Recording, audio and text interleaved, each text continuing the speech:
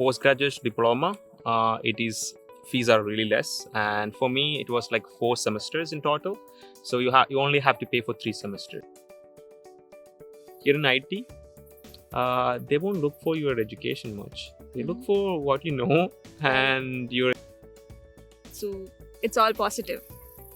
yeah, but you miss a lot when you came here. You don't have a I believe if you struggle, that give you a skill.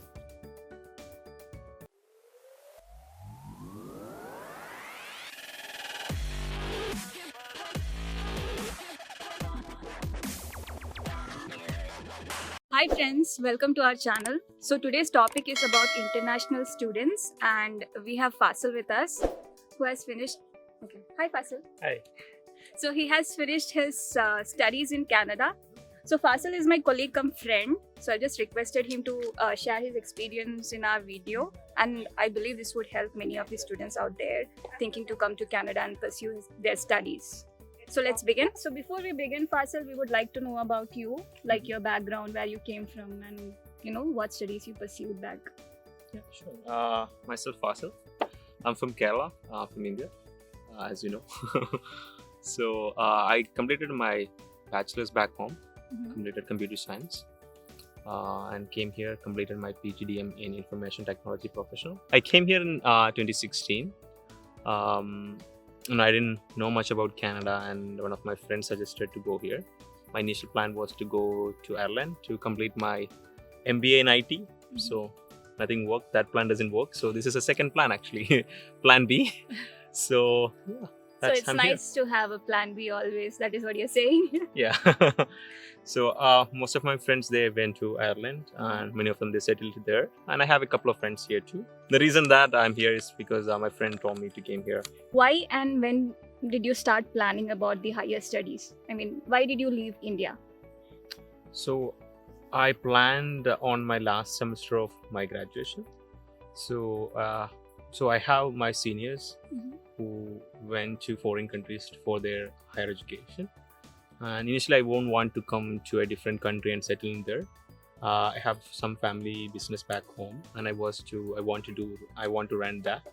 So that's why I plan to go for Ireland, because you can just go there and do a study for 2 years, masters there. I was planning to do MBA, right? So you can do for 2 years course, and you can have 1 year stay back, and you can come back, and that was my initial plan. So that doesn't work. So then the second choice, most of them they're choosing is Canada. So I thought, okay, give a shot, see how it goes. Fasil, what are the things you have to consider before thinking about going for a higher studies abroad? From my experience, if you're looking for a country, either Canada or any other country, look for what you want to do there. So first of all, look for courses. You have to look for the requirement for what requirement they need for that course. So you have to meet that, and the financial goal too. You have to check how much fees you have to do. I was planning to do masters here. You have to go in order to go to university. It's too much fees here. So I don't want to do that. Postgraduate diploma, it is fees are really less, and for me it was like 4 semesters in total. So you only have to pay for 3 semesters. So I did my first semester, second semester, then 4 months break, and a third semester. And 4th semester I have internship. So here we say co-op. So I did co-op. If you're lucky enough, or if you work hard, you will get a paid internship. I got a paid internship, and they also extended my internship for another 4 months. So basically it only cost me almost 16 lakhs, I would say, approximately, for tuition fees. Where did you study? I mean, which college and in which province? I was in Ontario.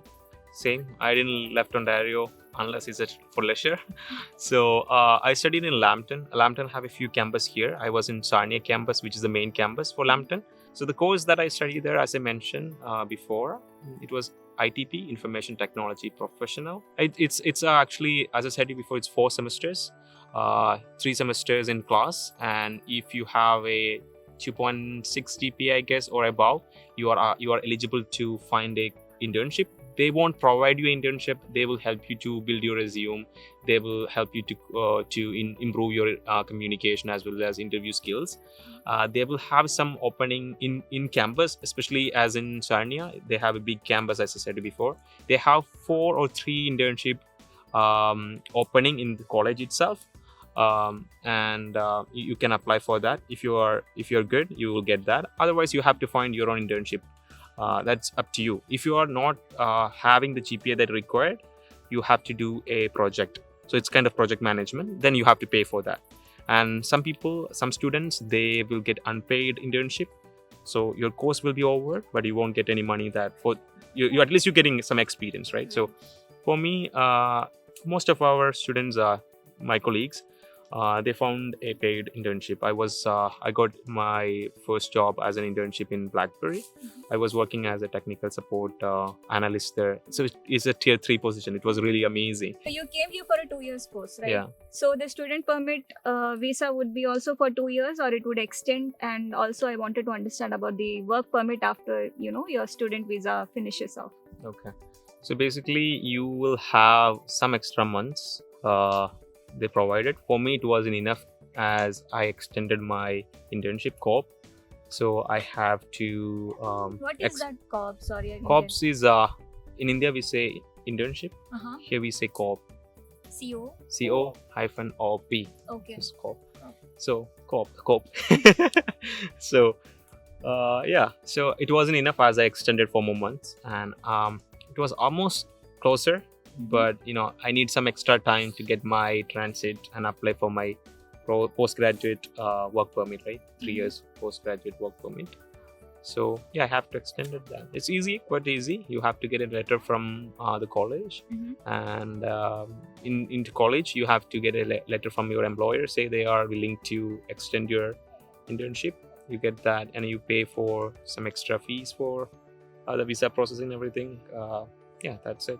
And how long would be the work permit if you have 2 years of course? Yeah, so if you did 2 years of course here, you will be eligible for 3 years of postgraduate work permit, which is an open work permit. You will be able to work anywhere in Canada for any employer. Nice. How much did it cost when you started from India? Let's say the visa fees, consultancy, the IELTS, and everything put together. How much did it cost? Like total, plus the flight charges. IELTS, I don't know how much it cost. It was you have to go for academic IELTS, and then you have to. The only bigger amount that you have to pay is you have to pay for GIC, which is a investment that you do here, which is I think 10,000 Canadian dollars, I guess. So which is not a money that you're paying for Canada. You will get that for your first year. Once you landed here, you get 2,000, and every month after that you're gonna get that money, a little bit of that money, and within 1 year you get that full amount into your bank. So which is just Canada just assuring that you will have money. Right. You won't struggle at the first year, and you will have some time to find a part-time job if you are looking for one. Right. So after reaching Canada and joining the course, how did you manage your expense? As I mentioned before, we have GIC, and I bring some cash with me. Okay. I can manage with that. If you don't have a loan or anything like that, as I said before, I was in Sarnia, so the expense is really low when comparing in Toronto or in major cities. The rent was less, and it was a good place to live basically. But the expense wise, it is a good place to live. So I didn't had any job for my first semester. I just came here as late. My classes were already started, and I had like a culture shock, and everything has to be I gave myself a few 4 months to cool down, settle down everything. With that time, I was focusing my studies, and I was really interested in my lab. In my second semester, I got a part-time job in college itself. It's hard to find here in campus jobs. For me, I was in IT, as I mentioned. So I was in their main campus, so Lambton main campus. Because of that, I got a job in college, and I did that till my end of my semester. And I accept that break. Mhm. At break time, you won't be able to work there. So I worked a few months, like 2 months in Toronto. The rest of them I went to India to visit my family there. Okay. So that's the main expense. You can meet with the GIC, Mhm. and if you have a part-time job, most students they find part-time outside the campus. Inside campus, if you get they're gonna pay you well when comparing outside job, because they only in outside you only get your minimum wage. But if you find a job which is need some of your professional Right, skills. skills, you will have a chance to get more paid more. For me, I wasn't getting enough hours. I can in campus that you can work extra hours. In campus it won't count in 20 hours. You can work in campus, and you can also work outside a campus for 20 hours. So even you are doing a part-time job. That's what I understand. So I wasn't getting enough hours in my college, but they pay well in comparing minimum pay. A good reference can definitely make a big impact on your career. So here's mostly, as I said before, after my studies, my first job was with a reference. My second job is also with a reference. So basically, I got all of my job pretty much with reference. So which is easier when comparing if you have a good friends or your Good colleague. Yeah, contacts. good contacts. It's helpful. Lifestyle wise, it was hard at the initial point. I would say you came here and you don't have any experience in a foreign country. You are alone. All of your friends, you are finding new friends here. Mhm. As I said before, I didn't had any friends where I studied, so I made a lot of new friends. Finding accommodation was hard at initially, Okay. and cooking was really really difficult to I did a lot of mistakes and learned from mistakes. That's a huge difficult part. And back home, even if you're studying, you don't have to do any job. So I was studying as well as doing part-time job, which was hard, I would say. It's depend upon the courses, I would say, because some courses in some they don't have enough um, in class things to do, so you get some free time, you can find a part-time job and you can do. For me it wasn't like that. My course was 5 days course, and Monday to Friday you have start classes starting from 8:30 or 9, I guess, except Fridays. The class will be there till 4:30 or 4, and Friday you have only classes till noon. So for in my classes, a lot of students struggle with their part-time and courses. So And balancing balancing was was difficult. It depends upon the courses. I have a few roommates where they were doing some business courses, which was really easy for them. They only have classes for 2 days or 3 days, and rest of them they were working part-time jobs and kind of stuff. For us it was difficult. We had a lot of lab time, and our instructors was really consider about labs. So and so it was difficult for me to cope up with everything initially. But once you use with that, you get the experience to cook. You will be fast enough to make your dishes. So you, now you're you a good cook? I do good. I do good. Not an expert as my mom, but I can survive with my cooking skill. Yeah, that's a good thing that happened in Canada. I become more independent. Independent, Yeah, I yeah. become more independent. I believe if you struggle, that give you a skill. So now I don't worry about if I lose my current place. Even my job or the place where I live, I can find one. I have confidence on me. So it's all positive. Yeah, but you miss a lot when you came here. You don't have a family here, as I said before, if you come as a student, in my case at least. So you will be really sad. Some days you wake up from a dream, and in the dream you are with your family. It's happened, okay? That's one of the worst dream I had. So I was with my family. I wake up in the night and I was I'm in Canada, and I'm a spoiled child back home. So it was difficult for me. Uh, but now, yeah, you miss your the functions back home, Right. your cousin's marriage, all kind of birthday parties and all kind of stuff. Yeah, so that's a hard part. You have to give up something to get something. So, how do you find the job market in Canada after finishing your studies?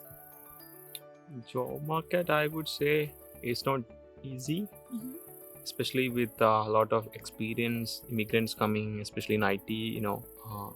Many of the immigrants coming with a lot of experience and good communication and good background. So I guess finding initial job is a little difficult when you didn't have any work experience. And for me, as I said before, I found a job in college as a part-time, so that gave a boost on my resume. So, and I get an internship, so that's my second job. And the internship that I got was really a good company, a good job.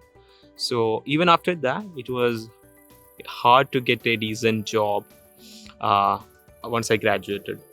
As I said before, if you have a reference, which should be give a boost to get a job. Otherwise, you have to have a good resume. Keep looking, keep applying. The hard part with the job market is there are a lot of talented immigrants, especially coming to especially in IT field. So to get to get a good job, to get a job, I don't think that's hard. But to get a good job, it's kind of hard, especially in initial stage. Here in IT, they won't look for your education much. They look for what you know, and your experience is good. Yeah, so your experience and what you know, especially, so they won't look much into education, I guess. So you are saying that if you have entered into somehow Mhm. an entry into Canada is necessary, and then you can find a job if you have good knowledge and experience. If you have a good knowledge and experience, what I recommend, you find something similar to that. Because if you are completely out of the line and you look at different course, something nothing to do with that, it's not be good. Right. But do something with something to that, and keep looking someone who do the same kind of job. Make good contacts, see if they can what they do, how they get the job, what the skill set they're looking for. Start making the skill set. So, Fasil, you came through consultancy. You said that they helped you through the process. So, can you let the audiences know like which consultancy you referred, so that it would be helpful for them as well? I have one of my friend running a consultancy in MedClover. So I can provide the details later. So basically, most consultancy, they won't charge you for processing and all. They have some tie-up with colleges. So if you pay the fees, some kind of amount will go to them. So you don't have to pay anything extra. Fasil, thank you so much for coming here and providing us, so much useful information. And I believe this would be very helpful for students who are dreaming to come to Canada. And thank you so much. A pleasure is mine.